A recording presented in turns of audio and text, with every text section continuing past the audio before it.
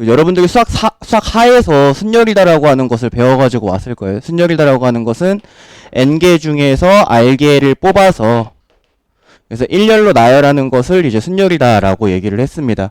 그래서 이 녀석을 기호로 썼을 때에는 npr이다라고 얘기를 하고요. npr이다라고 하는 녀석의 의미가 뭐냐면은 n부터 r번 곱하자 라고 하는 의미다라고 얘기를 했어요. 그러니까 예를 들어서 OP2 같은 경우에는 5부터 2번 곱하자 라고 하는 거니까 5 곱하기 4다라고 하는 녀석이다 라고 수학 하에서 배웠을 거예요. 여기까지 됐나요? 자, 근데 이제 요 순열이다라고 얘기하는 건 일렬로 나열하는 거예요. 일렬로 나열하는 거. 근데 이번 시간에 배울 거는 중점적으로 배울 것은 이제 원순열이다. 그러니까 원탁에다가 안 치는 경우의 수인데요. 그 원탁에다가 안 치는 경우의 수가 왜 일반적으로 일렬로 안 치는 경우의 수와 다르냐면 원탁이다라고 하는 녀석은 회전시키면은 자기 자신이 되기 때문인데요. 그러니까 예를 들어서 똑같이 4명을 안 친다라고 얘기를 했을 때 자, A, B, C, D 4명이 있다. 이 4명을 일렬로 안 쳐라 라고 얘기를 한다면은 요거는 그냥 뭐 첫 번째 자리, 두 번째 자리, 세 번째 자리, 네 번째 자리에다가 야 누구 앉을래? 그러면 4명이 손들 거고 그 다음 누구 앉을래? 3명, 2명, 1명이어가지고 몽땅 다 곱해가지고 4팩이 일렬로 안 치는 경우의 수다라고 수학 하에서는 배웁니다. 그죠? 근데 이거를 이제 일렬이 아니라 원탁에다가 안 치고 싶은 거야.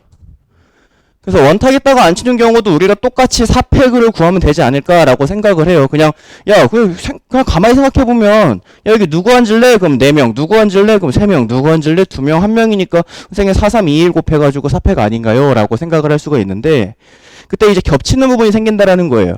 원순열, 그러니까 원탁에다가 앉을 때는 문제 끝부분에 여러분들에게 뭐라고 얘기하냐면은 회전하여 일치하는 경우는 같은 경우로 하자라고 이렇게 써 있어요.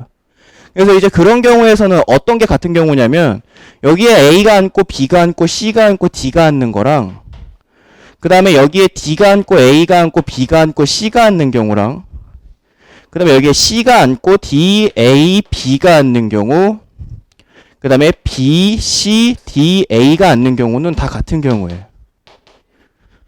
왜냐면은 너네가 이렇게 이게 지금 원탁이고 돌려가지고 일치하기 때문에 요건 그냥 이렇게 보면은 A가 여기에 있는데 얘를 이렇게 보면 A가 여기 앉아있는 거잖아요. 그죠? 얘는 내가 못할 것 같은데 이렇게 보면은 A가 여기 앉아있는 거죠.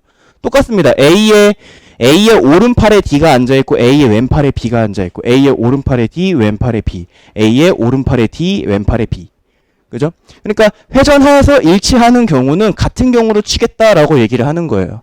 그렇다면 같은 경우라면은 이 경우의 수를 4가 아닌 1로 잡아야 되는 거야. 뭔 말인지 알겠습니까? 그냥 4팩으로 안 치면 여기에 이 4가지 경우를 우리가 4라고 세겠다라는 거예요. 경우의 수 4. 그냥 4팩을 돌리면 이 4가지 경우에 대해서 경우의 수를 4라고 쳐야 되지만 저 4가지 경우는 원탁을 회전시키면 일치하는 경우이기 때문에 4가지 경우를 한 가지 경우로 바꿔줘야 되는 거야. 지금 여기에 나와 있는 이 4가지 경우를 한 가지 경우로 바꿔주는 경우에는 빼기 3을 하는 방법이 있고 나누기 4가 하는 방법이 있는데 그게 뭐 여러분들이 문제를 풀 때마다 15명 안 친다 그러면 빼기 14 할 거 아니잖아요. 빼기 15 할 거 아니잖아요. 그죠? 그래서 지금 여 같은 경우에는 나누기 4를 통해서 이 4가지 경우를 한 가지 경우로 바꿔줘야 된다라고 얘기를 하는 거예요.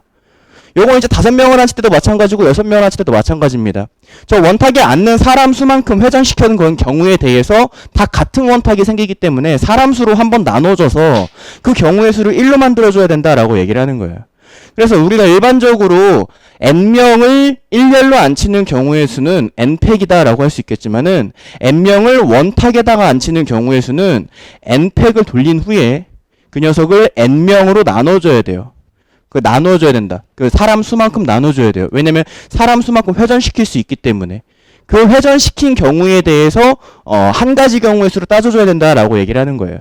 그럼 여기는 이 n팩이다라고 얘기를 하는 게 n 곱하기 n-1 곱하기 n-2 곱하기 해가지고 2 곱하기 1이잖아. 그러니까 이거를 나누기 n을 했다고 했을 때 n과 n이 약분이 되면서 n-1에서부터 1까지의 곱이 생기니까 이 녀석이 n-1 팩토리얼이 됩니다. 그래서 원순열은요 n명을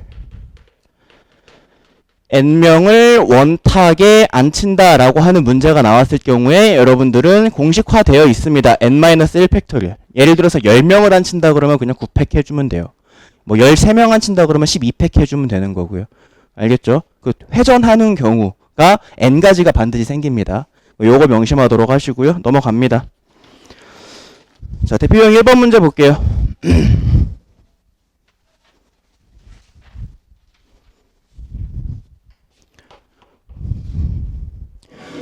여학생이 3명이 있고 남학생이 4명이 있대요. 여학생이 3명, 남학생이 4명. 자, 그때 원탁에 둘러앉는다. 다음을 구하시오. 1번 모든 경우의 수를 찾아봐라 라고 얘기를 합니다. 그러면 남자 여자 구분 없이 그냥 여기에 7명이 앉겠다라는 거예요. 7명. 그럼 어떻게 해주면 됩니까? 그냥 7에서 1 뺀 거에 팩토리얼 해주면 돼요. 7명이 원탁에 앉을 경우엔. 이건 뭐 어렵지 않죠? 그냥 7 빼기 1 팩토리얼. 원탁이니까. 그래서 이 녀석이 6 팩토리얼이다 라고 해주면 되고요. 6부터 1까지 곱하셔서 경우의 수 구하시면 됩니다. 팩토리얼은 다 알고 있죠? 너 알아? 네. 자, 그 다음에 2번. 여학생들끼리 이웃.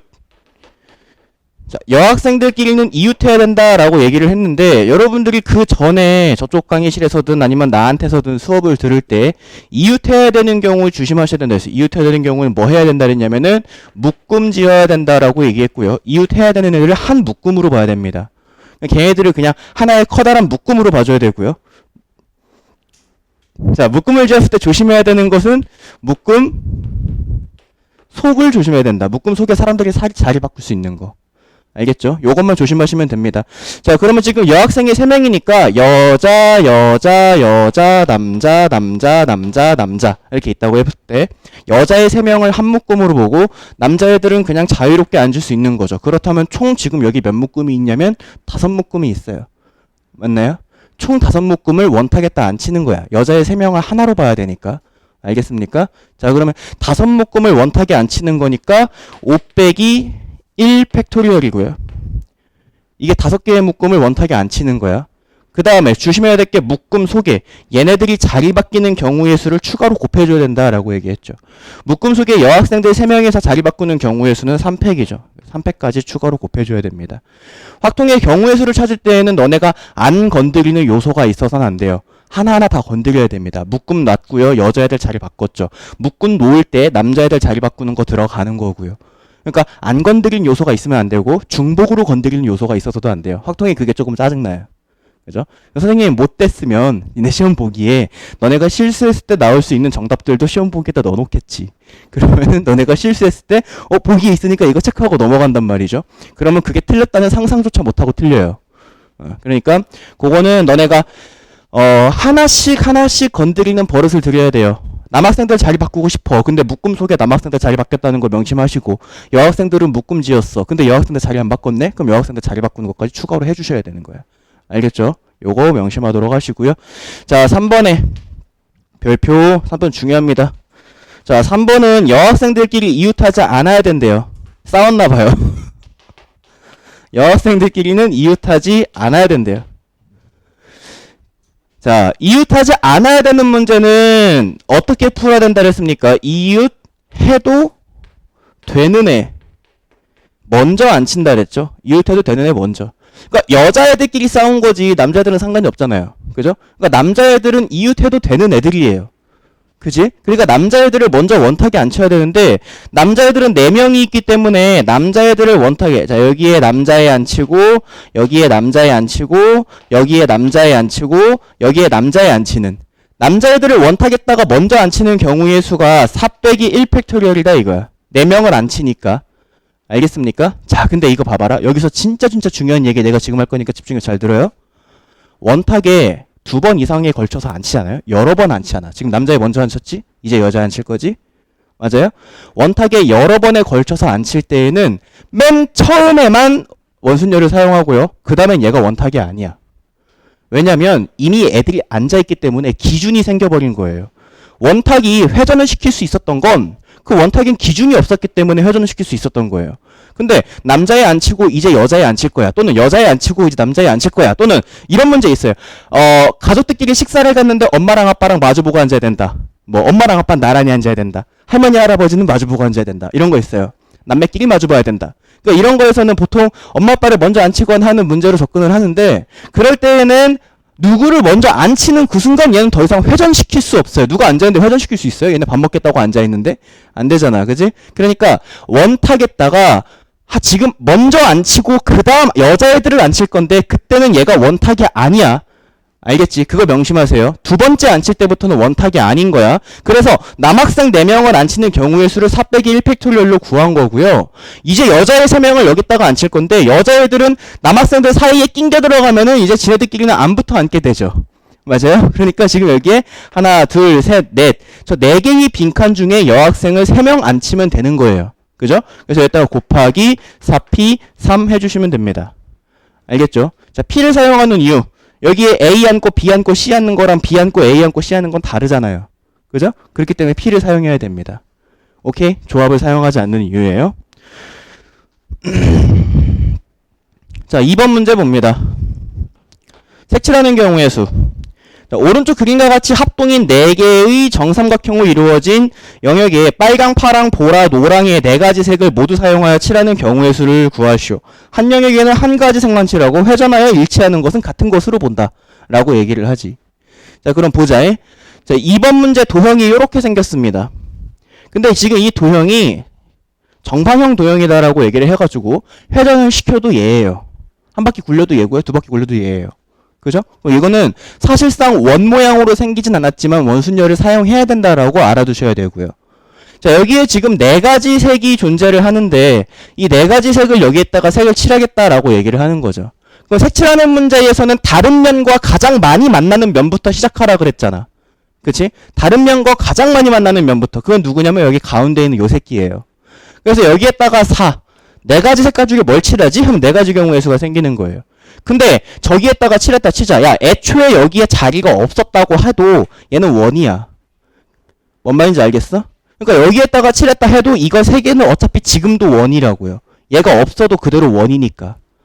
뭔 말인지 알겠습니까? 자, 그럼 우리에게 남은 건 지금 3가지 색깔인데 이 3가지 색깔을 원탁에다가 안 쳐야 되는 거니까 가운데 칠하는 경우의 수 4에다가 3-1팩토리얼을 곱해주면은 4가지 색을 칠하는 경우의 수가 나오는 거예요. 여기까지 됐나요?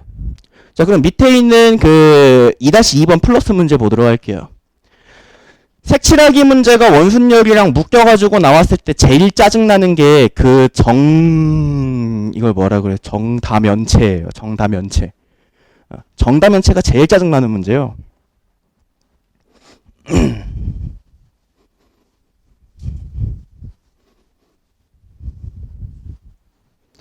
자, 오른쪽 그림과 같이 정육면체의 각 면을 6가지의 색을 모두 사용하여 칠하는 경우의 수를 구하시오. 한 면에는 한 가지 색만 칠하고 회전하여 일치하는 것은 같은 것으로 본다. 라고 얘기하죠. 자, 그럼 봅시다. 2-2번 문제 보시면 야, 정다면체가 제일 짜증나는 건 뭐냐면 여기는 이 녀석을 이렇게 굴려도 옆으로 굴려도 얘고요. 앞으로 굴려도 얘고 뒤로 굴려도 쟤고 왼쪽으로 굴려도 쟤고요. 아래로 굴려도 쟤예요. 그죠? 정다면체는 어디다가 굴려도 항상 이 도형이 나온단 말이야. 그죠? 그러니까 이게 이제 원순열과 연관돼서 나왔을 때 제일 짜증나는 게 정다면체 문제인데요. 정다면체 문제를 푸는 방법의 팁을 선생님이 한 가지 주면은 정다면체 문제는요. 일단은 얘를 내가 아까 얘기한 것처럼 얘는 좌우, 위, 아래, 앞뒤 어디로든 굴러갈 수 있는 녀석이에요. 그걸 못 굴러가게 해야 돼요. 그걸 못 굴러가게 하려면 여기다가 못을 이렇게 박으세요. 이렇게 못을 박으면 얘는 이렇게밖에 못 돌아요. 맞나요? 어디로도 못 구르고 이렇게밖에 못 돌아. 그러면 이렇게 못을 박아놓은 상황에서 경우의 수를 구하는 거예요. 그 다음에 나중에 못을 딱 뺐을 때 얘가 굴러갈 수 있는 방향수로 줄여버리면 되는 거예요. 그러면 못을 박았어요. 맨 윗면에 색칠할 수 있는 경우의 수가 6가지. 우리에게 색깔이 6개 있으니까. 맨 아랫면에 색칠할 수 있는 경우의 수가 5가지. 자, 이제 윗면 아랫면 칠했는데 얘가 회전하잖아. 옆면은 원이에요. 회전하니까. 색깔 4개 남았고요. 그래서 그 색깔 4개를 옆면에다가 칠해야 되니까 4 빼기 1팩토리얼 해줍니다. 자, 여기까지 됐나요? 자, 그러면 얘가 이제 윗면 칠했고 아랫면 칠했고 옆면 칠했지. 근데 내가 이제 못을 이렇게 제거할 거야. 못을 제거하면 얘가 회전할 수 있는 경우가 총 앞뒤, 위, 아래, 왼쪽, 오른쪽 해가지고 6가지의 회전이 생겨요. 그죠? 그래서 여기 있는 녀석을 어떻게 해줘야 되냐면 6분의 1로 나눠줘야 됩니다. 여섯 번의 회전을 우리가 사라지게 만들어줘야 돼요. 알겠죠? 그래서 요거 계산해 주시면 30까지가 이렇게 나와요. 그리고 되게 재밌는 문제 한번 이제 여러분들 그 도형 따라 그리세요. 정사면체. 이렇게 생겼어요. 정삼각형 3개로 이루어져 있는 이 정사면체도 마찬가지예요. 얘도 앞으로 그릴 수 있고 뒤로 그릴 수 있고 저쪽 뒤로 그릴 수 있고 아래로 그릴 수 있고요. 그러니까 어디든지 그릴 수 있어요. 그래서 얘를 못 굴러가게 해야 돼요. 못을 박아야 됩니다. 여기 위에다가 못 이렇게 박을게요. 그럼 얘는 이렇게밖에 못 돌아요. 맞나요? 자, 나에게 주어진 색깔은 4가지인데 밑면에다가 칠하는 경우의 수가 4가지. 그 다음에 옆면에다가 칠하는 경우의 수는 이제 색깔 3개 남은 걸 원순열 돌려야 되는 거잖아. 옆면은 원이니까. 그래서 곱하기 3-1 팩토리얼. 해주면 색을 다 칠했지? 색을 다 칠했으면 이제 못을 빼봐. 못을 빼면 얘가 몇 방향으로 굴러갈 수 있냐면 면의 개수만큼 돌아갈 수 있어요. 앞, 뒤, 왼쪽, 아래 이렇게 해가지고 4가지. 그죠? 그래서 곱하기 4분의 1 해주시면 이게 무려 몇 가지가 나오냐면 2가지밖에 안 나와요. 정사면체에다가 서로 다른 색 4개를 칠하는 경우의 수가 2가지밖에 안 나와. 이게 한 3년 전에 대전에서 시험 문제로 나왔었어요. 2가지라는 것에 애들이 경악을 했지. 2가지밖에 안 나와요. 진짜 어려운 건 막 이상한 도형들도 있어요. 뭐 이렇게 생긴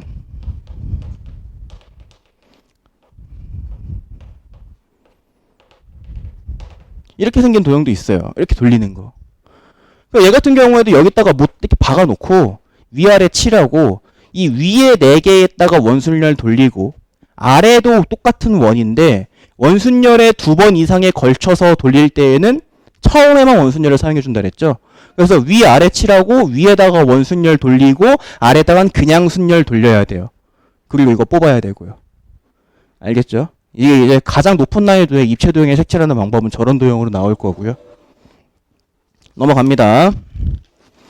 다각형으로 배열하는 경우의 수.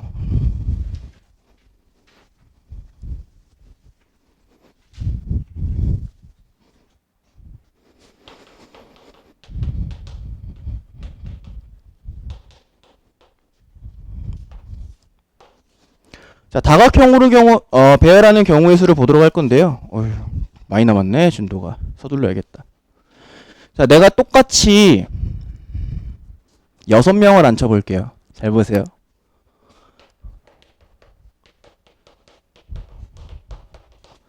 자, 지금부터 이 6명을 앉힐 겁니다. 너무 커.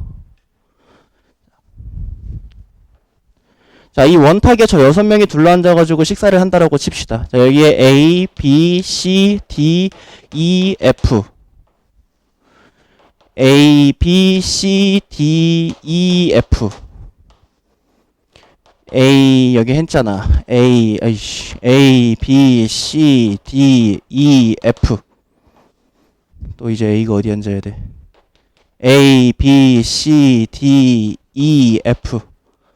아, 4개밖에 안 했냐, 여기 아직? A, B, C, D, E, F. 마지막으로 A, B, C, D, E, F. 이거가 원순열에선 다 같았잖아요. 이 6가지 경우가 다 같았잖아요. 그죠? 그렇기 때문에 여러분들은 그냥 6명을 일렬로 앉히는 경우의 수를 6가지 경우의 수로 나누어서 그래서 600이 1팩토리얼이 생겼던 거고 그래서 5팩토리얼이 생겼던 거죠. 맞아요? 이게 원탁일 때. 근데 직사각형, 다각형에선 달라요. 자, 봅시다. A, B, C, D, E, F. 한번 회전시켜 볼게요. 학생들을. 그러면 A, B, C, D, E, F인데요. 이 둘이서 달라요. 왜냐면은 지금 A가 B랑 같이 밥을 먹는 거랑 A가 F랑 같이 밥을 먹는 건 다르잖아요. 그죠? 그래서 다각형에서는요, 원순열처럼 회전시키는 대로 고지고대로 같은 경우가 나오지는 않아요. 한 번 더 회전시켜 볼까요? 자, A, B, C, D, E, F. 이건 또 A가 혼자 밥 먹고 있네요. 그죠? 이것도 다른 경우죠. 근데 되게 신기한 게 한 번 더 회전시켜 볼게요. A, B, C, D, E, F 하면 이거랑 이건 같은 경우예요. A가 B랑 밥을 먹고 있고 A의 왼쪽에 B가 있고 A의 오른쪽에 F가 혼자 밥을 먹고 있는 상황 똑같죠? 맞나요? 그러니까 이거는 회전을 시키면 시킬수록 다른 경우도 나오지만 같은 경우도 나와요. 그죠? 그래서 요걸 어떻게 규칙을 파악을 해야 되냐. 한 번 더 회전시켜 볼까요? 여기에 A, B, C, D, E, F 이건 또 이렇게가 같은 경우죠. 그 다음에 A, B, C, D, E, F 이것도 또 이렇게가 같은 경우입니다.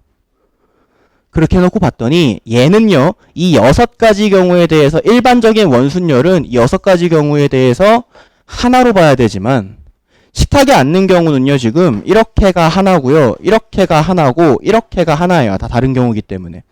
그래서 이 몇 가지로 봐야 되냐면 3가지로 봐야 돼요. 그러면 1이라는 경우의 수를 3으로 바꿔주는 데는 더하기 2가 있고 곱하기 3이 있는데요. 규칙성에 의하면 곱하기 3으로 해줘야겠지. 그렇다면 그 3이다라고 하는 숫자를 어떻게 찾아내느냐. 곱하기 3을 해줘야 되는데 야 직사각형이 앉힐 때에는 곱하기 3을 해줘야 되는데 근데 선생님 그 곱하기 3이라는 숫자 어떻게 찾아요? 모든 문제가 다 곱하기 3인 건 아니잖아요. 그죠? 그 곱하기 3이라고 하는 걸 찾는 방법은요. 여러분들한테 이런 도형을 줘요. 이런 도형을 주는데 너네가 하나 선택하세요. 뭐 예를 들면 얘를 선택하세요. 그래서 여기 있는 녀석을 회전을 시켜서 자기 자신으로 돌아올 때까지 횟수를 세야 돼요. 자 봐봐. 너네가 A가 여기 앉을 때 근데 여기서 1회전 시킵니다. A가 여기 앉을 때 아직 안 같아요. 1회전 또 시키세요. A가 여기 앉을 때 아직도 안 같죠. 1회전 또 시키세요. A가 여기 앉을 때 이제 같아졌지. 그치? 몇 번 회전 시켰어? 하나, 둘, 세 번. 그러니까 곱하기 3. 4번 회전 시켜야 되면 곱하기 4. 오케이? 자, 예를 들어서 탁자가 이렇게 생겨가지고 여기에 3명이 앉고 여기에 1명이 이렇게 앉는다라고 치면 잘 봐잉. A가 여기 앉았다. 이거랑 똑같은 A는 여기가 A가 앉을 때야. 그러면은 몇 번 회전 시켜야 되냐면 하나, 둘, 셋, 4번. 얘는 곱하기 4. 알겠어요? 그래서 다각형으로 배열하는 경우에는요. 일반적으로 여러분들이 원순열을 사용합니다. n-1팩토리얼로 원순열을 사용을 하세요. 그 다음에 여기다가 곱해줘야 돼.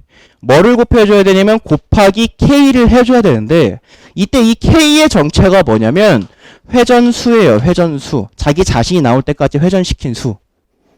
그래서 얘를 k번 회전시켰을 때 자기 자신이 된다라고 하는 거를 알았을 때 얘 같은 경우에는 지금 여기 몇 명 앉아있냐면 8명 앉는 거예요. 8명 앉는 거기 때문에 얘는 일단은 8-1팩토리얼로 원순열 돌려요. 일단 돌려. 그 다음에 4번 움직여야 자기 자신이잖아. 그러니까 여기다가 곱하기 4 해줘야 된다는 거예요. 이게 이제 다각형으로 앉는 경우의 수예요.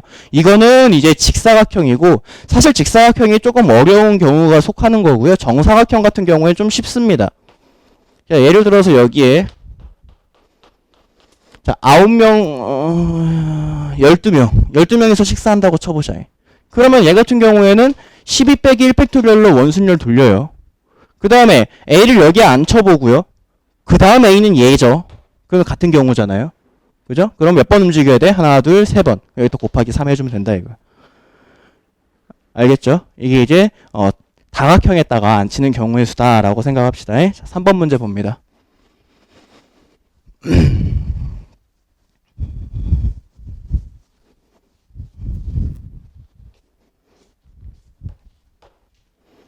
자, 오른쪽 그림과 같이 정사각형 모양의 탁자에 8명의 가족이 둘러앉는 경우의 수를 구하시오.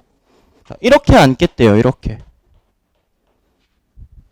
그럼 8명이 지금 앉을 거기 때문에 일단 원순열 돌려요. 8-1팩. 일단 원순열 돌려. 그 다음에 A를 여기에 앉혀봐. 얘를 옮겨가지고 자기 자신의 A가 다시 나오려면 여기에요. 여기. 이렇게 탁자를 회전시켰을 때. 그래서 한 번, 2번 움직여야 되죠? 그럼 곱하기 2 해주시면 된다 이거예요. 어렵지 않죠 이거? 네. 넘어갑니다. 야 힘들어? 빨라? 너 왜 졸아? 너요. 안 졸았어? 원래 눈빛이 그래? 원래 눈빛이 조는 눈빛이야? 졸았잖아. 그래?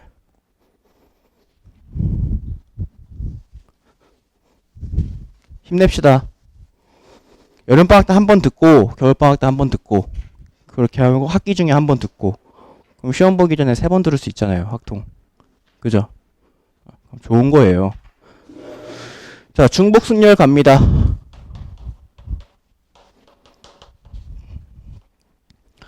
자, 이 경우의 수에서 너네가 배우는 기호가 총 4가지가 있습니다. 수학 하에서 배우고 온 순열, 조합, 그리고 지금 배울 중복순열. 이거 파이라고 읽습니다. 파이. 그 다음에 뒤에 가서 배울 중복조합. 이렇게 4가지가 있는데요. 그 중에서 이제 중복순열을 배우도록 할 거예요. 중복순열이다라고 하는 것은 이름에서 알 수 있듯이 순열이에요. 순열. 그래서 A, B, C랑 B, C, A랑 서로 달라야 되는 경우에 사용을 하는 건데요. 순열이긴 순열인데 어떤 순열이냐면 중복을 허용하는 순열이에요. 그래서 A, A, B 이렇게 앉는 게 가능해요. 근데 A, A, B가 앉았을 때 그게 순서를 좀 바꾼 B, A, A랑은 서로 다르다면 이건 중복순열이다라고 얘기하는 거예요. 니네가 눈치챘을지 모르겠지만 수학 하에서 배우고 온 일반 순열은 중복은 허용하지 않습니다. 같은 문자를 여러 번 사용하는 것을 푼 적이 없죠. 그죠? 근데 지금은 이제 같은 문자 여러 번 사용하는 것이 가능합니다. 그래서 N개 중에서 R개를 뽑아서 일렬로 나열이라고 적으면 얘는 순열이고요. N개를 뽑아서 R개를 뽑을 때 중복을 허용한다라고 하는 단어가 들어가면 중복순열입니다. 알겠죠? 그래서 중복을 허용하여, 그래서 같은 문자를 여러 번 뽑는 게 가능하다라고 얘기했을 때 그 녀석의 기호를 n파이 r이다라고 써주시면 되고요. n파이 r은 n의 r제곱이다라는 거예요. 오케이? 중복을 허용하여 r번 뽑는다. 자, 여러분들 알파벳이 A, B, C, D, E 알파벳이 있다고 쳐보자. 자, 이거 중에서 니네 이제 중등식의 풀이를 보여줄게요. 니네 이거 중학교 때 또 했었다. A, B, C, D, E 5개의 문자 중에서 3개를 뽑아서 근데 중복 허용이야. 그래서 일렬로 나열하래. 그러면 의자 3개 갖다 놓고 A, B, C, D, E 알파벳들한테 묻지. 여기서 뭐도 가능하냐면 중복 허용이기 때문에 A가 오는 것도 가능해요.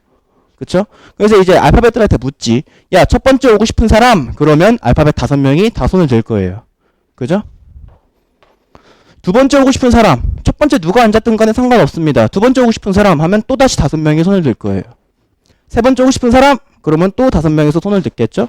그래서 이거 니네가 중학교 때는 어떻게 풀었냐면 5의 세제곱이다 이렇게 해가지고 풀었어요. 그죠? 근데 이제 고등학교 경우에서는 여기 앞에 하나가 추가된다 이거야. 이게 뭐야? 5파이 3이다 이거. 5파이 3. 그래서 5파이 3이다라고 하는 녀석을 5의 세제곱이다라고 해서 푸는 건데요. 사실상 중복순열 저 파이는 많이 사용하지 않습니다. 사실은 많이 사용하지 않아요. 그래서 그냥 이렇게 풉니다. 그냥. 중딩 때 풀이가 편하잖아. 언니 자꾸 줘라. 응? 자, 4번 문제 볼게요.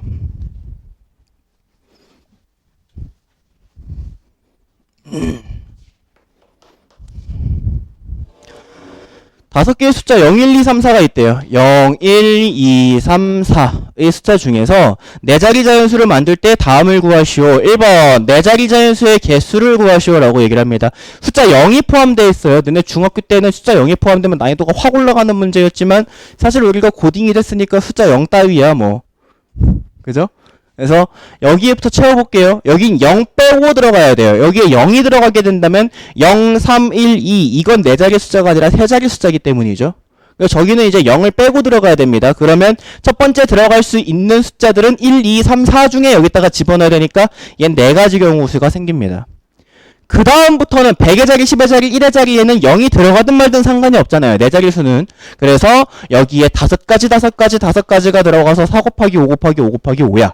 근데 이건 이제 중학교식 풀이고. 그럼 선생님 저 이제 고딩인데요. 그럼 고딩이면 그냥 4 곱하기 5파이 3이라고. 알겠죠? 그냥 저 기호를 사용할 줄만 알면 돼요. 저 기호는 많이 사용하진 않고요. 아시겠습니까? 자, 2번 3000보다 큰 자연수의 개수. 3000보다 큰 자연수의 개수. 4개. 그러면 자, 4자리의 자연수에다가 여기에 들어갈 수 있는 숫자가요. 3000보다 커야 되니까 3을 넣거나 4를 넣어야 돼요. 그죠? 3000으로 시작하거나 4000으로 시작해야지 3000보다 큽니다. 그래서 여기에 2가지 경우의 수가 들어가고요. 그 다음에 이 뒤에부터는 예를 들어서 여기에 3이라는 카드를 갖다 썼다고 쳐봐. 그럼 그 뒤에 뭐 0, 2, 4 이렇게 갖다 놓으면 3024잖아. 그럼 얘는 3000보다 크지. 그지? 그러니까 이 뒤엔 뭐가 들어가든 상관없다고요. 그래서 다시 한번 5가지 경우의 수가 생기는데, 자, 여기에 2 곱하기 5 곱하기 5 곱하기 5 속에 뭐가 있냐면 3카드 쓰고 0카드 쓰고 0카드 쓰고 0카드 온 3000이 있어요. 3000. 근데 3000보다 커야 되잖아요. 그죠? 그러니까 3000보다 커야 되니까 3000은 제외해야 돼요. 그 빼기 1까지. 알겠죠? 요거 빼먹지 마시고 이렇게 빼기 1 해주시면 됩니다. 넘어갑니다. 힘을 내. 화이팅. 야, 얼마 안 남았네. 하나, 둘, 셋. 4페이지 남았다. 좀만 힘냅시다. 한 단원 끝나면 무조건 끝내줍니다. 시간이 아무리 빨리 끝나도 무조건 끝내줄 테니까 잘 따라오도록 하세요. 하루에 한 단원씩만 딱 합시다. 하루에 한 단원씩만. 자, 5번. 함수네요. 와, 이거 졸라 중요한 거야.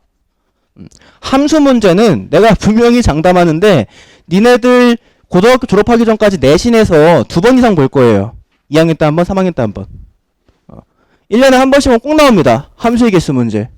무조건 나와요. 자, x집합이 1, 2, 3이고 y집합이 a, b, c, d 이래요.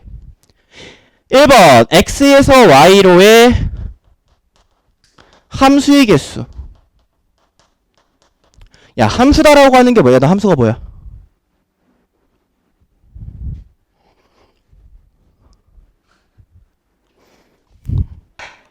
중학교 안 나왔어? 검정고시 봤냐? 동현아, 함수가 뭐야? 어허. 채원아, 함수가 뭐야? x를 넣었을 때 y값. f? 그래프? 함수는 그래프야? x를 넣었을 때 y값? 그건 함수값이잖아. 성원아, 함수가 뭐야?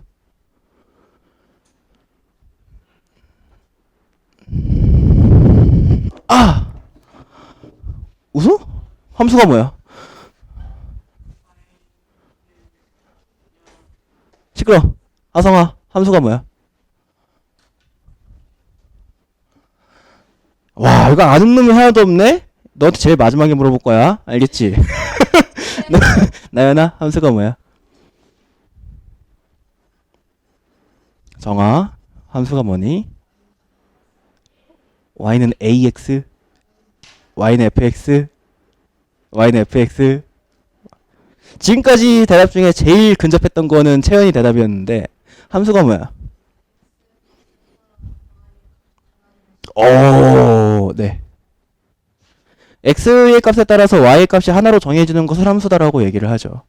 x의 값에 따라 y의 값이 하나씩 정해지는 거, 오직 하나씩 정해지는 것을 함수다라고 얘기를 합니다.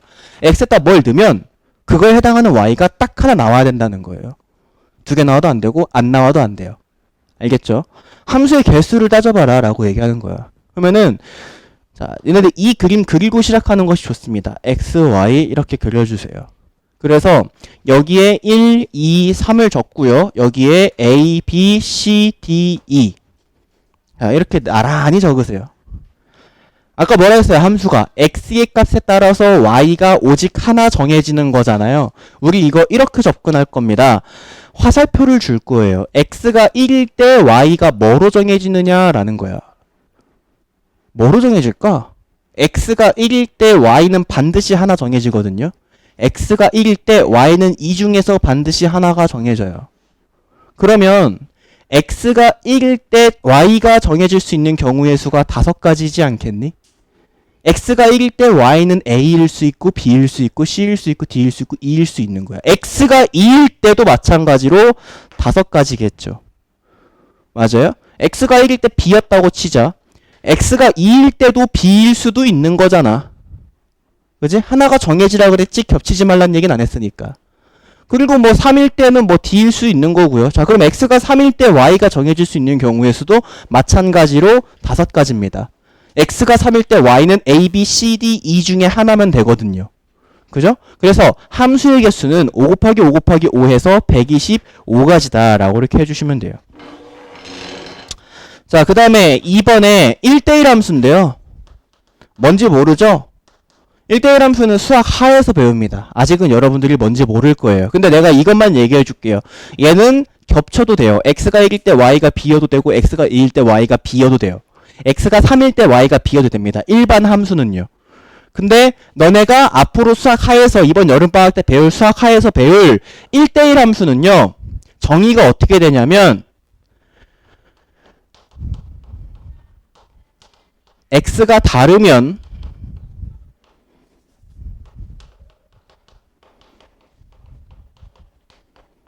y도 다르다예요. 1대1 함수의 정의는 앞으로 배울 거예요. x가 다르면 y도 다르다. 그러니까 얘처럼 같은 애한테 화살표를 주지 못한다는 거예요. 아시겠지? 자, 그럼 이것도 이렇게 그려보세요. 여기가 1, 2, 3 여기가 A, B, C, D, E예요. 그럼 1한테 묻지. 야, 너 누구를 함수값으로 선택할래? 그럼 x가 1일 때 저는요 A, B, C, D, E 중에 하나 선택할게요. 그럼 얘는 5가지. 근데 예를 들어서 1이 C를 선택했잖아? 그러면 2는 C를 선택하지 못하는 거예요. 이 문제에선. 그럼 2한테 몇 가지 경우의 수가 남았냐면 4가지 경우의 수가 남았어요. 3한테 몇 가지 경우의 수가 남았냐면 3가지 경우의 수가 남겠지. 2가 예를 들어 A를 선택했으면. 그지? 그래서 요것들을 싹 다 곱해주시면 60가지다. 이렇게 풀어주면 됩니다. 아시겠죠? 뭐 어렵지 않습니다. 밑에 보시면 함수의 개수, 리마크 보시면 어떤 함수에서는 어떤 공식, 어떤 함수에서 어떤 공식 해가지고 공식처럼 써있는데요. 그거 외우지 마세요. 그거 쓸 수 있는 문제는 2점짜리예요. 싸구려 문제들이라서나 쓸 수 있는 공식이고요. 너희들이 진짜 어려운, 이것도 진짜 쉬운 거예요. 진짜 쉬운 함수의 개수 문제고요. 좀 어렵게 나오려면 좀 얼마든지 어렵게 낼 수 있어요. 함수의 개수. 근데 함수의 개수를 기본적으로 얘는 어떻게 접근해야 되냐면 이렇게 그려놓고 시작해야 돼요.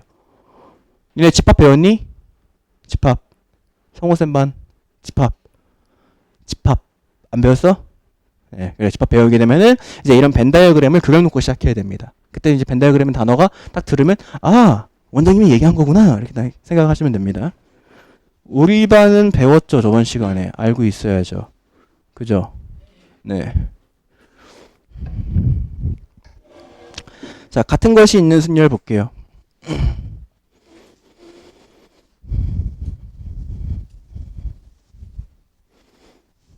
이 경우의 수, 이 확률과 통계 경우의 수 문제에서 너희들을 가장 머리 아프게 하고 심지어 수능에서도 단골로 등장하는 게 이 뒤에 있는 이항정리인데요. 이 뒷단원, 이항정리가 이제 이 단원에 있어요. 수능에서도 한 문제는 꼭 나옵니다. 근데 그 이항정리의 기본이 되는 게 바로 이 같은 것이 있는 순열이에요. 같은 것이 있는 순열을 안다면 이항정리에 조금 더 쉽게 접근할 수 있어요. 그렇기 때문에 같은 것이 있는 순열이 1단원 막바지에 나와 있는 거야. 왜? 2단원부터 이항정리 배워야 되거든. 알겠어요?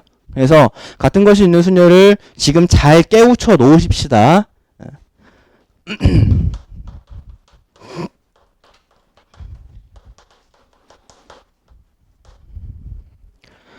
자, 같은 것이 있는 순열 보도록 하시면은 말 그대로 같은 게 있는 녀석들을 일렬로 나열하는 거예요. 같은 게 있는 녀석을.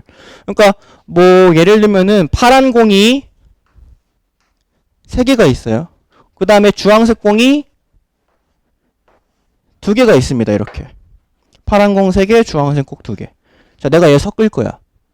섞을게. 잘 봐. 나 얘 섞는다.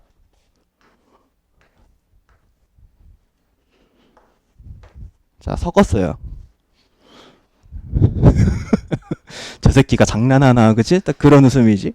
아, 난 섞었어요. 어떻게 섞었냐면, 얘 일로 가져왔고요, 얘 일로 가져왔고요, 얘도 일로 가져왔고, 얘도 일로 가져왔어요. 근데, 눈치챌 수 있나요? 눈치챌 수 없죠. 그죠? 같은 파란 공이 3개가 있고, 같은 주황 공이 2개가 있기 때문에, 파란 공끼리 자리 바뀌는 것과 주황 공끼리 자리 바뀌는 건 눈치챌 수 없어요. 그죠? 그거는 한 가지예요.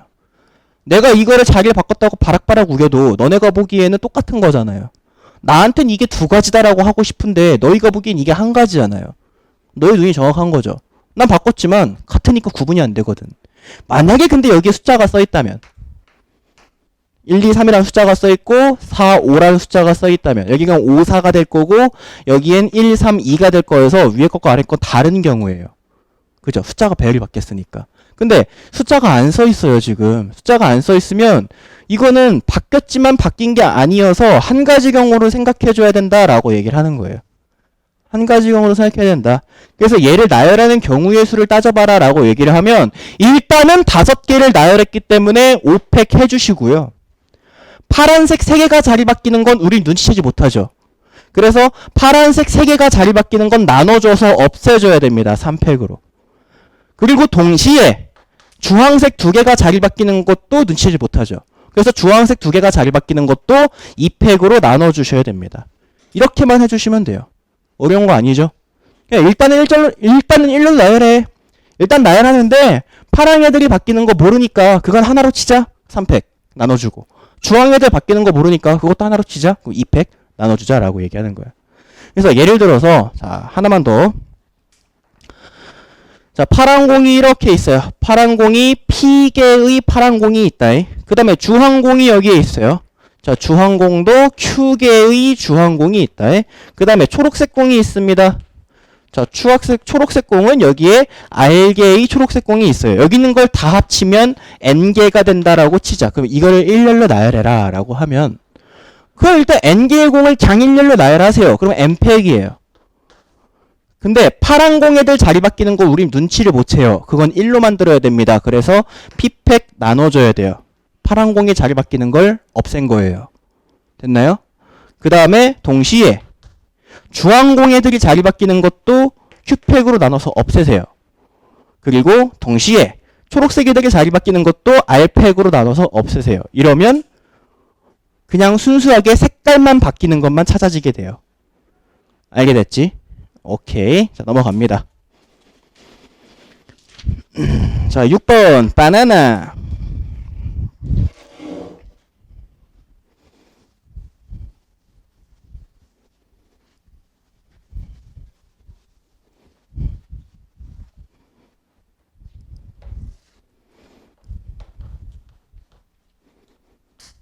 자, 바나나라고 하는 6개의 문자가 있는데 다음을 구하시오. 자, 모든 경우의 수를 찾아봐라. 1번에. 자, 지금 보시면 B는 하나 있지만 N은 2개 있고요. A는 3개 있어요. 그죠? 그래서 이거를 일렬로 나열을 한다라고 얘기를 하면 사실 B, A, N, N을 일렬로 나열하라라고 얘기를 하는 거고요. 알파벳만 봐라. 그러면은 같은 것이 A는 3개, N은 2개가 있기 때문에 A끼리 자리 바뀌는 경우와 N끼리 자리 바뀌는 경우는 없애줘야 돼요. 그럼 지금 총 6개의 알파벳이 있으니까 일단은 6팩 때려요. 일단 6팩 때리고 A가 3개가 자리 바뀌는 거 모르잖아. 3팩 곱하기 동시에 자 N 2개가 자리 바뀌는 거 모르잖아. 그래서 2팩도 나눠주셔야 된다 이거야. 알아들으셨습니까? 네, 그래서 이렇게 나눠주시면 이게 모든 경우의 수고요. 자, 그 다음에 3번, 2번 양 끝에 n이 오도록.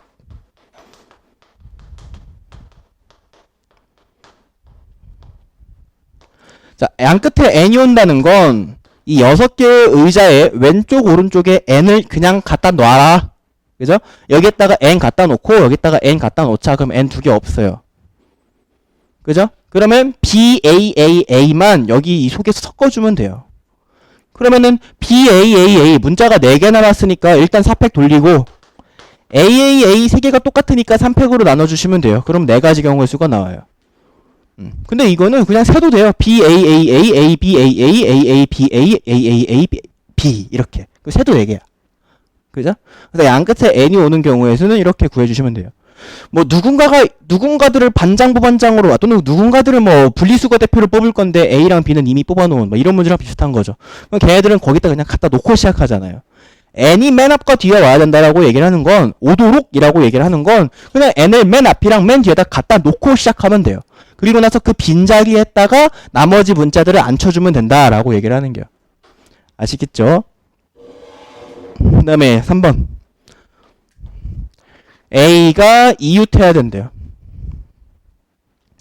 자, 계속 얘기합니다. 이웃해야 되는 문제는 묶음을 지어야 되고, 묶음을 지었을 때에는 묶음 속을 주의해 주셔야 된다라고 얘기를 했어요. 이거는 그냥 지게처럼 이웃 묶음 묶음 속, 이웃 묶음 묶음 속 항상. 자, 그러면 A 세 개를 이웃해야 되는데, 그럼 B, A, N이 있다라고 얘기했을 때 A 세 놈의 새끼를 묶음으로 지어요. 그러면 B가 또 한 묶음이고 N은 각자가 한 묶음이면 여기에 지금 묶음이 몇 묶음이 생겼냐면 하나, 둘, 셋, 네 묶음이 생겼어요. 그죠? 그러면 그냥 네 묶음 4팩으로 나눠주세요. 4팩으로 돌려버리세요. 4팩으로 돌리는데 그때 이 두 묶음이 똑같잖아요. 두 묶음이 똑같으니까 이거 2팩으로 나눠주셔야 되고요. 자, 이제 묶음 속을 볼 건데, 묶음 속은 A인데요. 얘네들은 자리가 바뀌어도 계속 A일 뿐이야. 그치? 그래서 묶음 속을 추가로 곱해주는 숫자는 없습니다. 아니면 뭐 굳이 곱한다면 1을 곱한다든가. 어차피 A들은 자리 바뀌어도 똑같으니까. 너 알아듣고 있니? 네. 알아듣고 있니? 알아듣고 있니? 알아듣니? 그 뒤에 친구들 알아듣고 있어요? 네, 그래요. 자, 4번 별표. 누가 누구보다 항상 빨리 도착해야 된다. 누가 누구보다 항상 앞에 앉아야 된다. 누가 누구보다 항상 뒤에 앉아야 된다. 이제 이런 류의 문제예요. 지금 보시면은 B가 N보다 무조건 앞에 있어야 된대요. B가 N보다 뒤에 있으면 안 된다라는 거죠. 그러니까 예를 들어서 이런 건 불가능하다는 거야. N, B, N, A 이런 건 불가능하다라는 거죠. B가 N보다 뒤에 있으면 안 된다. B는 무조건 N보다 앞에 있어야 된다. 자, 그러면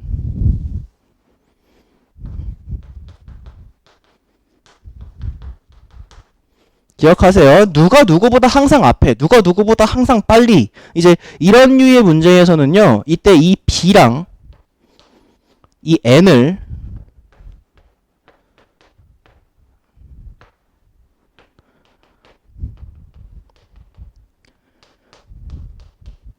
같은 문자로 취급해야 됩니다. 같은 문자로 취급해야 돼요. 그래서 저기에 지금 B, A, N 이렇게 있는데 여기는 어떻게 봐야 되냐면 B랑 N을 같은 문자 내가 뭐 별이라고 할게요. 별. 그러면 별 A 있는 거예요. B랑 A를 같은 녀석으로, N을 같은 녀석으로 취급해야 됩니다. 그래서 저걸 내가 무작위로 막 돌려볼게요. 별 A를 무작위로 돌리면 A, A 이렇게 놓을 수 있잖아요. 무작위로 아무렇게나 썼을 때. 그치? 그랬을 때 B가 N보다 앞에 있어야 하므로 맨 앞에 있는 별이 빈 거고 그 다음은 N으로 자동으로 알파벳이 채워져요. 같은 문자로 취급하게 되면. 오케이? 또 다시 한번 해볼까? 별, A, 별. 또 마찬가지죠. 이렇게 그냥 B랑 N 두 개를 별이다라고 생각을 해버리면 이것을 나열했을 때 맨 앞에 있는 별에 자동으로 B가 들어가고 그 다음 별들에 자동으로 N이 들어가면 무조건 B가 N보다 앞에 있게 돼요. 그러니까 B랑 N을 같은 놈 취급을 해야 된다 이거야. 자, 그럼 저기에 지금 별 3개, A 3개를 일렬로 나열하는 경우의 수를 구하면 되는 거예요. 알겠죠? 그러면 총 6개니까 6팩에 3팩으로 나눠주시면 됩니다. 별이 3개 있으니까 3팩, A가 3개 있으니까 3팩. 알겠죠? 그래서 별을, 그러니까 B랑 N을 같은 문자로 취급을 해주고 그걸 나열시키면 앞에 있는 문자는 자동으로 항상 맨 앞으로 오게 됩니다. 알겠죠? 너 알아듣고 있니? 자, 최단거리. 야, 최단거리는 별도 아까워. 별도 아깝다는 게 뭐냐면 별치기도 좀 창피해. 왜 창피하냐면 시험 문제 무조건 나오거든요. 근데 너무나 무조건 나와요. 노골적으로 너무나 무조건 나와서 뭐 강조하기도 그래요. 그냥 100%예요 이것도. 그러니까 최단거리 문제도 마치 너네 뭐 최근에 시험 본 게 이제 수학 상이니까 수학 상에서 원과 직선의 위치 관계처럼 원과 직선이 한 점에서 만난다, 만나지 않는다, 두 점에서 만난다를 이용해서 문제를 푸는 것처럼 그냥 무조건 나오기 때문에 당연히 할 줄 알아야 되는 문제예요. 최단거리 문제는. 그냥 니네 뭐 원과 직선 사이 위치 관계를 모르는 채로 시험 보러 간다고 그러면은 싸대기 맞았잖아요. 성호쌤 반은 안 때렸나? 우리 반은 졸라 때렸는데. 싸대기 이렇게 막 원과 직선 사이 위치관계 몰라? 하고 이렇게 싸대기 막 날렸는데요. 성우쌤 평화주의자네요. 그러니까 무조건 나오기 때문에 당연히 할 줄 알아야 됩니다. 당연히 할 줄 알아야 되는 거예요. 7번 문제 볼게요. 오른쪽 그림과 같이 도로망이 있다. 다음을 구하시오. A 지점에서 B 지점까지 가는 최단 경로의 수를 구하시오. 이게 몇 칸짜리야 이게? 하나, 둘, 셋, 넷, 다섯, 여섯.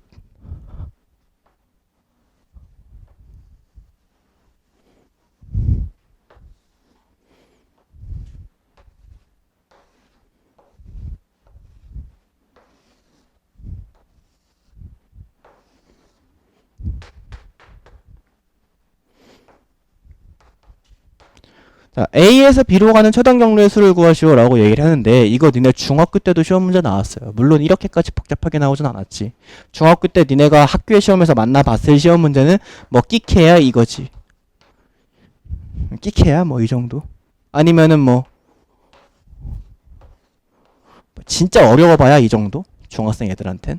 그때 니네 이거 어떻게 풀었습니까? 기억나? 어떻게 푸는지 기억나는 친구 없나요? 없어요? 이거 중학교 때 풀었던 방법 지금 나한테 얘기하는 친구한테 내가 다음 시간에 문상 5,000원 줄게요. 없어요? 그래도 없어? 예, 난리가 났네. 자, 이거 니네 중딩 때 어떻게 배웠냐면 여기에다가 숫자 11111 적으라고 배웠을 거예요. 중2 때. 이렇게 안 가르쳐 주셨어요? 여러분들은 다 우리 학원에 중3 때부터 다녔죠? 네. 빨리 왔어야 중3이죠? 네. 우리가 가르치지 않은 게 아닌 걸로. 네. 중딩 때 여기 11111 적으라고 배웠다고. 그래서 이거랑 이거 더해서 여기에 2, 이거랑 이걸 더해서 3, 이거랑 이거 더해서 4, 이거랑 이거 더해서 3, 이거랑 이거 더해서 6, 이거랑 이거 더하면 10. 그래서 A에서 B까지 가는 경로는 10가지. 중딩 때는 이렇게 배웁니다. 최단 경로 찾기. 요거는요. 세도 되죠? 하나, 잘 봐요. 하나, 그 다음에 둘, 그 다음에 셋이죠? 최단 경로잖아요. 여기서 이렇게 뺑글뺑글 돌다가 가는 거 아니죠? 그죠? 남자친구랑 통화하다 가는 거 아니에요. 그죠? 최단 경로로 가야 되니까 하나, 둘, 세 가지인데 이 방법대로 풀면 111 적어놓고 2개 더해서 2, 2개 더해서 3 하면 세 가지가 나와요. 이게 니네가 중딩 때 했던 거예요. 숫자 11111 적어놓고 양옆에 있는 거 더해서 위에 거 만들기. 그지? 그럼 여기도 똑같습니다. 이것도 똑같이 풀면 돼요. 근데 더할 게 좀 많죠? 그쵸? 이렇게 11111 적어놓으면 자 해보자. 여기 2, 3, 4, 5, 6, 7 여기에 3, 6, 10, 15, 21, 28 그죠? 40, 20, 35, 46, 74. 그래요? 고맙습니다. 그러면 84. 그죠? 요거 하면 5, 10, 5, 15, 35, 70, 126, 차가. 더해주시면 210. 그쵸? 자, 근데 매번 이렇게 풀 거예요? 그래요? 이게 좋아요? 우리들은 이제 고등학생이잖아요. 하이스쿨 스튜던트잖아요. 그죠? 그럼 요거 어떻게 찾을 거냐? 이렇게 무식하게 안 찾습니다, 우리. 자, 오른쪽 방향으로 가는 걸 알파벳 A라고 할 거예요. 위쪽 방향으로 가는 걸 알파벳 B라고 할 겁니다. 그러면 A 지점에서 B 지점까지 가려면 A를 한 번, 두 번, 세 번, 네 번, 다섯 번, 여섯 번을 무조건 거쳐야 돼요.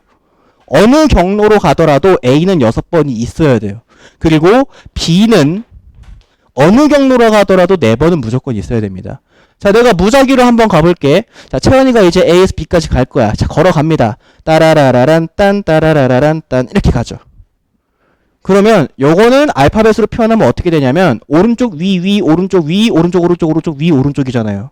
그죠? 그래서 A B B A B A A A B, A예요. 그러면 A가 하나, 둘, 셋, 넷, 다섯, 여섯, B가 하나, 둘, 셋, 넷은 무조건 있어요. 맞나요? 그래서 오른쪽으로 가는 걸 A라고 그러고 위로 가는 걸 B라고 했을 때 A 6개, B 4개를 일렬로 나열하는 경우의 수가 바로 A 지점에서 B 지점까지 최단 경로로 가는 경우의 수다라는 거예요. 알겠나요? 여기까지 됐어요? 저 A랑 B가 무작위로 섞이는 경우의 수가. 그러면 총 10팩을 똑같은 게 6개, 4개 있으니까 6팩, 4팩으로 나눠주시면 똑같은 정답 210가지가 나옵니다. 이게 훨 쉽죠? 그죠? 이게 훨 쉽습니다. 그래서 이렇게 구해주시면 되고요. 이번 문제 보시면 A 지점에서 반드시 C 지점을 거쳤다가 B 지점까지 가야 된대요. 자, 여기가 C인데요. A 지점에서 반드시 C를 거쳤다가 B까지 가야 된대. 그러면 니네 이것도 중딩댁처럼 풀어보면은 여기 숫자 이렇게 쓱 지우고 다 숫자도 많다. 그만 살고 싶다. 이거 지우고 있으니까. 자, 그러면 A에서부터 C까지 오는데 6가지 경로가 있고요. 여기 C에서부터 B까지 가는데 또 쓰는 거야. 1111. 여기도 또 11 이렇게 적어놓고 또 더해가지고 2 더해가지고 뭐. 그래서 A에서 C까지 가는 경로 6가지에 C에서 B까지 가는 경로를 곱해주셔야 돼요. A에서 C까지 가는 것과 C에서 B까지 가는 것은 동시에 시작하는 거잖아요. 그죠? 이게 동시에다라고 얘기를 하는 게 어떤 시간적인 것을 의미한다고 하지 않았어요. 어떤 사건적인 것을 의미합니다. 사건이 시작이 되고 사건이 끝날 때까지는 다 동시에인 거야. A에서 B까지 갈 건데 C를 거쳤다 가야 된다는 것은 A에서 C로 가는 것과 C에서 B로 가는 것은 동시에 일어난다라고 봐야 되기 때문에 A에서 C로 가는 경로의 수 곱하기 C에서 B로 가는 경로의 수를 해줘야 된다 이거예요. 근데 이걸 중딩 때처럼 풀면 그림이 이렇게 복잡해져요. 그래서 우리는 A에서 C로 가는데 A가 2개, 오른쪽으로 2칸. C로 가는 때 B가 2개, 위로 2칸. A에서 C로 갈 때는요, 오른쪽 방향으로 2칸, 위쪽 방향으로 2칸을 움직여야 무조건 A에서 C로 갈 수가 있어요. 그래서 이걸로 A, C의 경로의 수를 구할 거고요. C, B는요, A가 오른쪽 방향으로 4칸, 위쪽 방향으로 2칸. 해서 CB의 경로의 수를 구해서 그 둘을 곱할 거예요. 자, 얘는 총 4개의 알파벳이 있으니까 4팩을 2팩, 2팩으로 나눠주시면 됩니다.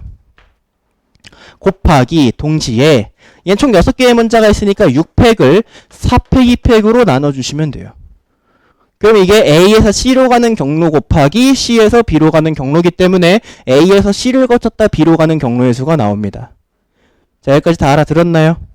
네, 다 알아들었으면 한 문제만 더 풉시다. 밑에 7-2번. 자, 7-2번은요, 호수가 있어요, 호수. 호수에 빠져 죽으면 안 되잖아요. 호수를 비켜서 가야 돼요. 오늘아 졸려? 근데 왜 하품했어? 그래? 넘겨 짚어봤어.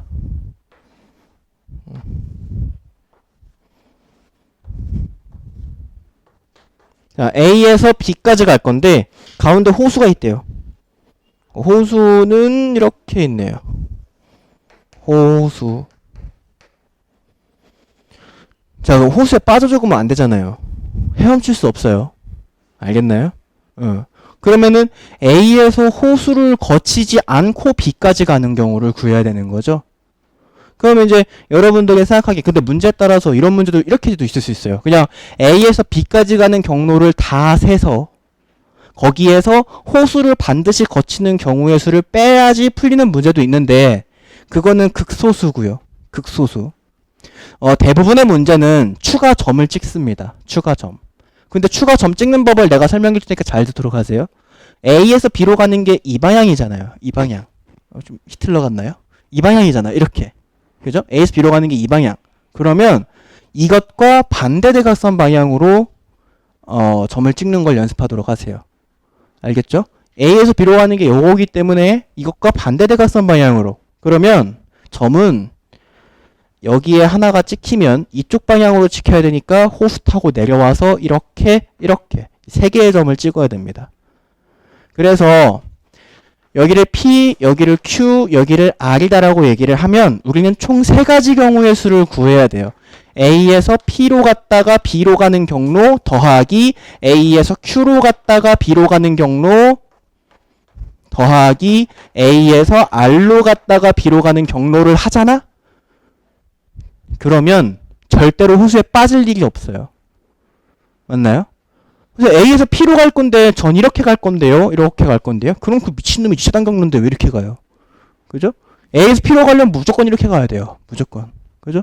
그러니까 이게 여러분들이 이제 어떤 장님이 와서 길을 물어봤어요. 앞을 못 봐요. 그분은. 앞을 못 보는데 너희들 보고 저 B까지 갈 건데 어디를 거쳤다 가야 될까요? 하고 물어봐요. 그럼 니네가 여기 거쳤다 가세요. 이렇게 딱 점을 찍어줘야 되는데 사이코패스가 아닌 이상 이런 데다가 점 찍진 않겠죠. 그죠? 그럼 뭐 이렇게 가시다가 큰일 날 거 아니야. 그죠? 그래서 점을 찍는 방법은요. 앞을 못 보는 사람들, 호수를 보고도 빠져 죽을 수밖에 없는 사람들한테 점을 찍어준다라고 생각하세요. 그래서 A다라고 하는 녀석이 그 점을 반드시 거쳤다가 B까지 가는데 호수는 절대 안 빠질 수 있는 곳은 A, B를 연결한 대각선과 반대 대각선 방향으로 찍어주면 됩니다. 호수를 중심으로. 알겠지? 근데 만약에 얘를 안 찍잖아? 그러면 그 아저씨는 이쪽 길로는 죽어도 못 가는 거예요.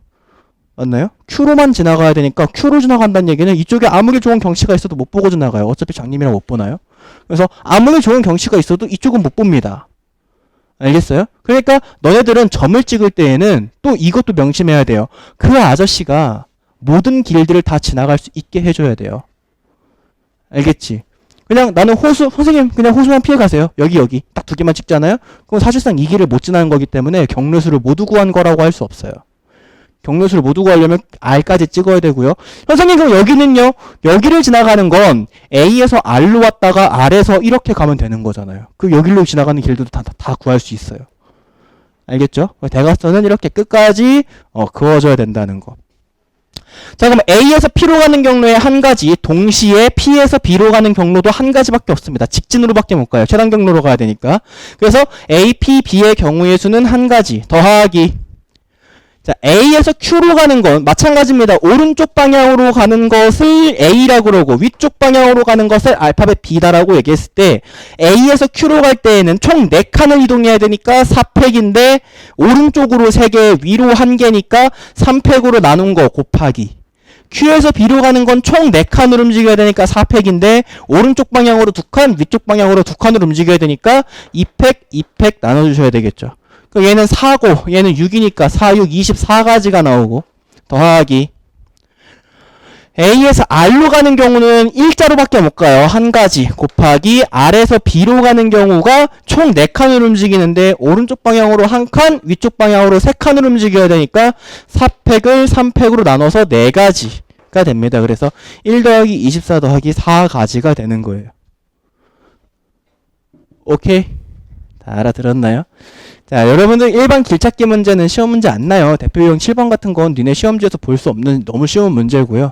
진짜 어려운 거는 진짜 시험 문제 나오는 건 여기 7-2번처럼 호수가 있거나 아니면 반드시 어떤 점을 지난 후에 이 점을 지나면 위로만 가야 된다. 또는 이 점을 지나면 오른쪽으로만 가야 된다. 막 이런 저기를 줘요. 그래서 그런 경우가 보통 이제 시험 문제로 나온다라고 생각하시면 되고요. 다음 수업은 목요일이고요. 목요일도 3시까지 오도록 하시고 늦지 마세요. 지금 지금 딱 1시간만 딱 걸렸죠. 한 단원 끝내는데 딱 1시간만씩 다 걸리거든. 모든 단원들이 확통이 그래요. 신기하게. 그래서 늦지 마시고 여러분들 문제 푼 거는 각자 선생님한테 가서 검사 받도록 하십시다. 알겠죠?